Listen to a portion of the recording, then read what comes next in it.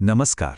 आज हम एक ऐसे टॉपिक पर बात करने वाले हैं जो है तो काफी सीरियस, लेकिन जिसके बारे में जानना बहुत जरूरी है। Intracranial haemorrhage. आसान भाषा में कहें तो हम ये समझने की कोशिश करेंगे कि जब किसी के सिर के अंदर खून बहने लगता है तो असल में होता क्या है।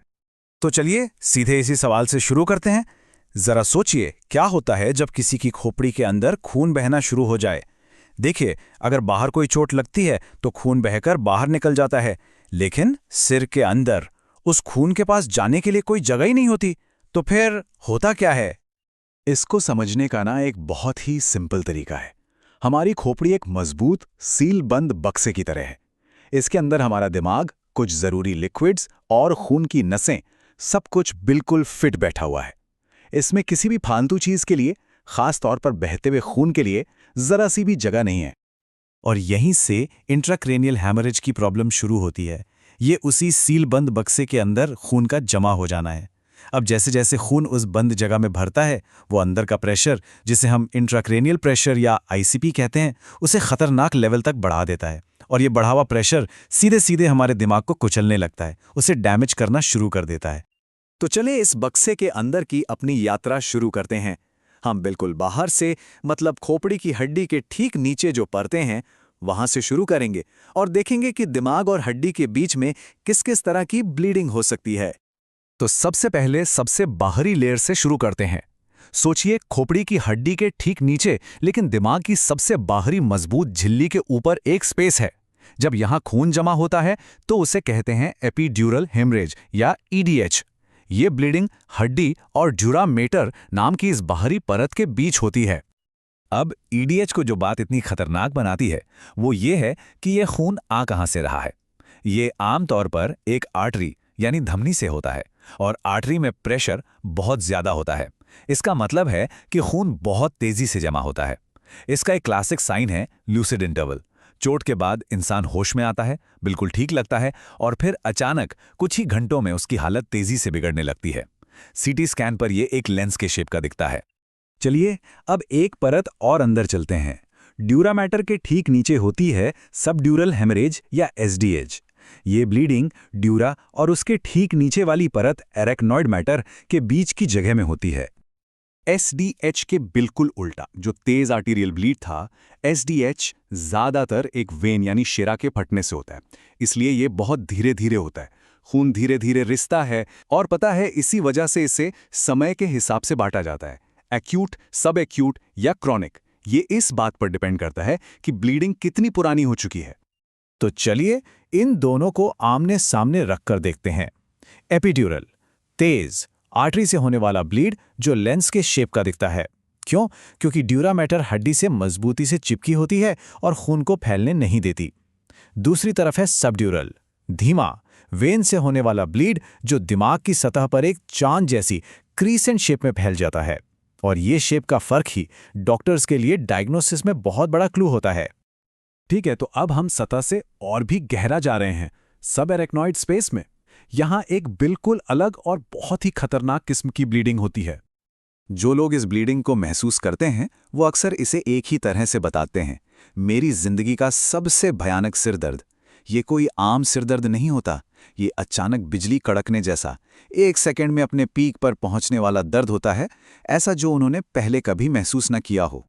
यह है सबएरेक्नॉइड हेमरेज या एसएएच। इसमें होता क्या है कि खून एरेक्नॉइड और पिया मैटर के बीच की खाली जगह में बहने लगता है। पिया मैटर वो सबसे नाजुक अंदरूनी परत है जो दिमाग से चिपकी होती है। अब इसी जगह में सेरेब्रोस्पाइनल फ्लूइड यानी दिमाग का पानी भी घूमता रहता है, और खून सीधे इसी पानी में मिल जाता है। और इसका सबसे कॉमन कारण पता है क्या है? एक बेरी एन्यूरिज्म का फटना, जो दिमाग की किसी नस पर एक छोटे से गुब्बारे जैसा उभार होता है। क्योंकि खून सीधे दिमाग के पानी में मिल जाता है, ये दिमाग की परतों में बहुत ज्यादा जलन पैदा करता है, और इसी जलन की वजह से गर्दन में अकड़न और रोशनी बर्दाश्त न होने जैसे लक्षण दिखाई देते हैं। तो अब हम अपनी यात्रा के आखिरी और सबसे गहरे हिस्से में पहुंच चुके हैं। अब हम उस ब्लीडिंग को देखेंगे जो सीधे दिमाग के टिश्यू के अंदर या उसके अंदर मौजूद चेम्बर्स में होती है। यहां हमें दो मेन टाइप्स की ब्लीडिंग देखने को मिलती है। एक है इंट्रासेरेब्रल हेमरेज जो सीधे दिमाग के टिश्यू के अंदर होता है, और दूसरा है इंट्रावेंट्रिकुलर हेमरेज जो दिमाग के अंदर लिक्विड से भरे चैम्बर यानी वेंट्रिकल्स में होता है। कई बार तो इंट्रासेरेब्रल ब्लीड इतना बड़ा होता है कि वो टिश्यू को फाड़कर इन वेंट्रिकल्स में भी पहुंच जाता है। और इस तरह की ब्लीडिंग के पीछे जो सबसे बड़ा विलन है वो है अनकंट्रोल्ड हाई ब्लड प्रेशर। ये दिमाग के गहरे हिस्सों में मौजूद छोटी छोटी नाजुक नसों को कमजोर कर देता है और एक दिन वो प्रेशर झेल नहीं पाती और फट जाती हैं। दिमाग के कुछ खास गहरे हिस्से जैसे कि बेसल गैंग्लिया या थाइलेमस इस तरह की ब्लीडिंग के लिए ज्यादा प्रोन होते हैं। तो अब जब हम ये समझ गए हैं कि ब्लीडिंग कितने तरह की होती है, असली चैलेंज तो अब शुरू होता है। उस बढ़ते हुए प्रेशर के खिलाफ वक्त से रेस। डॉक्टर्स कैसे पता लगाते हैं कि क्या हुआ है और इस जानलेवा प्रेशर को काबू करने के लिए फौरन क्या करते हैं? जवाब है सीटी स्कैन। एक नॉन कंट्रास्ट सीटी स्कैन सिर के अंदर क्या चल रहा है ये देखने का सबसे तेज, सबसे साफ और सबसे भरोसेमंद तरीका है। इससे मिनटों में पता चल जाता है कि ब्लीडिंग है या नहीं, कहाँ है, कितनी बड़ी है और किस टाइप की है। एक तस्वीर से ही पूरी कहानी साफ हो जाती है। और जैसे ही डायग्नोसिस कंफर्म होता है ना, डॉक्टर्स की टीम एक इमरजेंसी प्लेबुक पर काम करना शुरू कर देती है।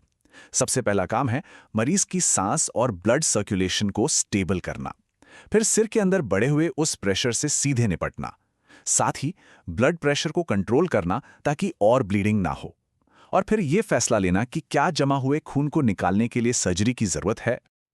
और पता है इस प्रेशर को कम करने का एक बहुत ही सिंपल लेकिन बहुत असरदार तरीका क्या है? सिर्फ मरीज के सिर वाली साइड को 30 डिग्री पर ऊपर उठा देना। इससे सिर से खून की वापसी बेहतर होती है, जिससे खोपड़ी के अंदर का प्रेशर नेचुरली थोड़ा कम हो जाता है। अब सवाल उठता है कि किसी के ठीक होने की उम्मीद किन बातों पर टिकी होती है? ये कई चीजों पर डिपेंड करता है। ब्लीडिंग का टाइप क्या है और वो कितनी बड़ी है, इलाज कितनी तेजी से शुरू हुआ, और हाँ, मरीज की अपनी उम्र और ओवरऑल हेल्थ कैसी है। ये सब मिलकर तय करते हैं कि रिकवरी का सफर कैसा होगा। तो हमने इतनी सारी बातें की, अलग अलग तरह की ब्लीडिंग समझी, उसके कारण और इलाज को देखा, लेकिन अगर इस सब से सिर्फ एक बात याद रखनी हो तो वो क्या होगी? वो एक सबसे जरूरी बात यह है, दिमागी ब्लीडिंग के मामले में टाइम इज ब्रेन। देरी का हर एक मिनट दिमाग को परमानेंट डैमेज पहुंचा सकता है। इसलिए अगर किसी को भी अचानक बहुत तेज सिरदर्द हो तो उसे कभी भी नजरअंदाज नहीं करना चाहिए। ये एक मेडिकल इमरजेंसी है और इस पर फौरन ध्यान देने की जरूरत है। तो आज के लिए बस इतना ही। अपना ध्यान रखें और जागरूक रहें। धन्यवाद।